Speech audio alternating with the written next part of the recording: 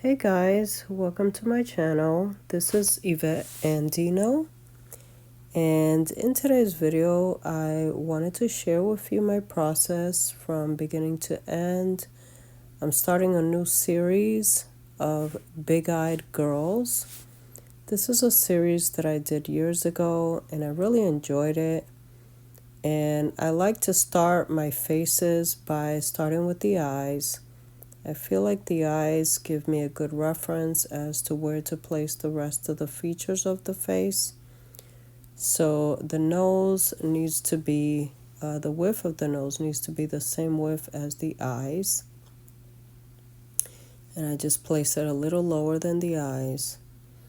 And the lips also need to be the same width as the size of the eyes. So here you see, this is the way that I like to start my face. This is an exaggerated features of a real photo.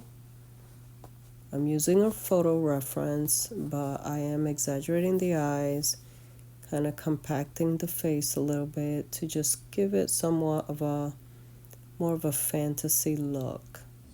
So I hope you enjoy the process. If you like this video, please remember to like, share, and subscribe to see more videos like this.